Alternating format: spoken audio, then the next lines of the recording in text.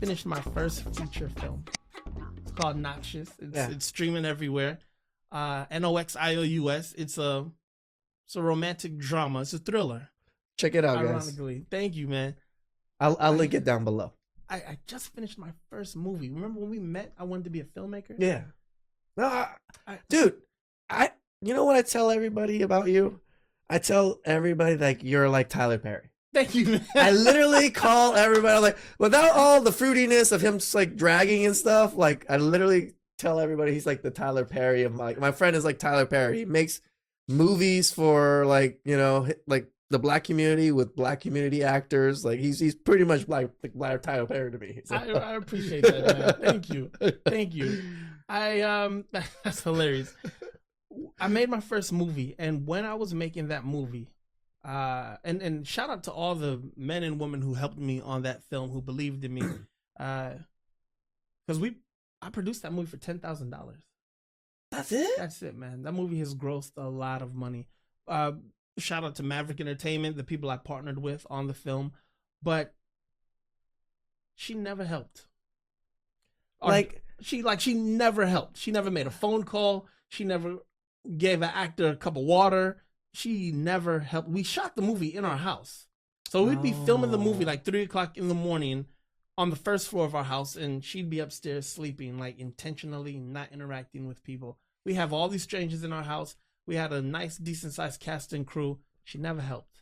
And I didn't realize this was an open form of content that she had for me that I was being blind to see. Oh, I see. Because you're doing better than her now. All of a sudden, the power dynamic starts to shift. Correct. Now, before she liked this is the rare one where she liked the controlling of the simp and enjoyed it until Bingo. I get it. Okay. Bingo. She is a rarer case of a woman then, yeah. Yeah. So she liked it. And then before I made my film, she had an idea to start a magazine. We named it Autumn because we always knew we wanted to, if we had a daughter, we would name her Autumn. Mm. Because, being from LA, you don't really see the fall. Okay. So when I was in the South, getting to actually experience the fall was amazing to me. Also, there was a woman by the name of Autumn who went to my undergrad. She is now a prominent film producer. Oh, nice. And I always had so much respect for her because of just the amazing stuff that she does. So I always liked the name Autumn. Okay. So we started Autumn Magazine, a faith-based magazine for women. Okay. And I did everything I could to assist with that in terms of money, time. And it was a digital magazine. It wasn't turned a profit yet because we were building the audience. Yeah. We did it for 1 year. And on the 11th month before the 1 year anniversary, she said, I don't want to do this anymore. So I started realizing she doesn't have the willpower, the gumption to keep going if something isn't the drive. If that monetary value doesn't instantly kick in. And I remember my dad would always tell me, he would say, hey man, you better hurry up and start making some money with movies because that's probably why she's with you. And I'd be like, huh? And my dad would be like, if you aren't the successful filmmaker she expects you to become, there might be reason. And now my dad, he was saying that towards the end, because again, he's seeing something that I'm refusing to see. Yeah. So also, she said that my big, crazy Jamaican family was the issue. I just think it wouldn't matter if my family was American Your or family Jamaican. wasn't even like hardly there. Your family's hardly ever in the picture, no? Great perspective.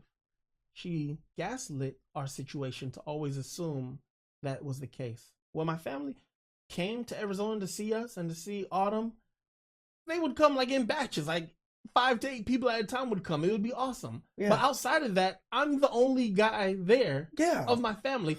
Them willing to come to you when you're the only one shows that your family cares. Because most family, like, you're the only one. Your gasket comes to us. It just makes more sense. Right. But I was under the guise of a simp.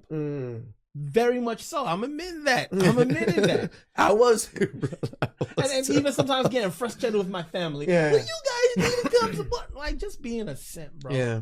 So, with all that, what ends up happening is she decides she wants to leave.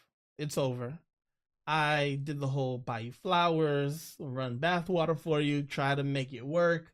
Because my pride didn't want me to see our marriage fail. Similar. She was done. She was done. And then she asked, "Why don't you just allow us to refinance the home? I'll split the equity with you, and you just walk." I said, "What?" Damn. And her perspective her perspective was this: "Don't you want your daughter to grow up in the same house that she's always known?" I said, "Heifer, she's 2. She ain't gonna know this house if we leave." Like, what? I'm like the Russell Westbrook meme. What? She made it seem like there was no child support involved and stuff. It's just like you take half your house and then just go away. You know, like, wait, right? You do realize I have a whole fucking daughter? Thank you. I'm not gonna say who. I'm not gonna put him out there, but somebody very much more intelligent than me. When I told them this situation I was going through, pulled me to the side and said, "Are you gonna have the ability to pull up to your old house to pick up your daughter and another man's car be in the driveway?" And I said, "That's guaranteed. Hell no, I'm not going to have the ability to do that without going crazy." Yeah. And he said, "Then you sell the house, split it 50-50 and go your separate ways." And I said, "You know what? That's true." Because I'm thinking to myself a lot. Like some guys on YouTube are like, "Man, there's always going to be another house. Man, forget it. Just let her have it because maybe she can't even afford it." But I knew what was going to happen. She was going to move her mom back in. Correct. Have her mom pay rent.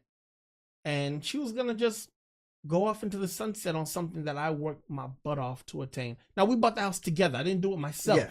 But I equally worked very hard to be a homeowner. I said, "Nah, we're not going to do that. We're going to sell this and we're going to split it."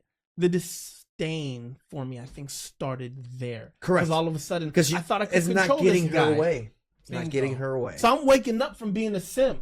And this is another reason why you should never be a simp, young guys. When people in your life, men and women, friends or romantic partners, assess your personality and your character to be someone who's either easily manipulated or controllable, and you wake up one day and you say, "No, this isn't happening." It's like a movie Fight Club. You wake up one day and you're like, "No, I'm not doing this anymore." People around you are going to become very frustrated with you, and they're going to say, "You've changed." Yeah. They're going to say, "You're the problem." This is why it's so important to have that. Going back to the Bible, God blesses the child who has his own. I never understood that term for a very long time. That's not to say that a man is an island and you don't need anybody, but it is to say there is freedom in being a self-starter and self-sufficient. It doesn't mean you don't need people, but there is a freedom in that. No, that's why I tell men, you shouldn't have to depend on it. You need to be the breadwinner.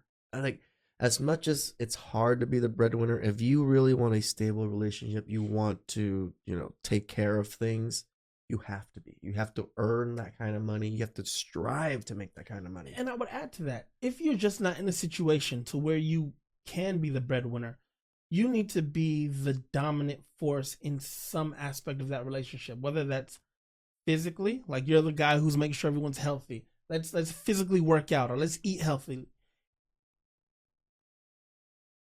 Socially, that's very important also. Yeah, she might make more money than me, but I know people in the streets. I know people at our church. I get you. Yes. I know people at work. I do agree. The clout.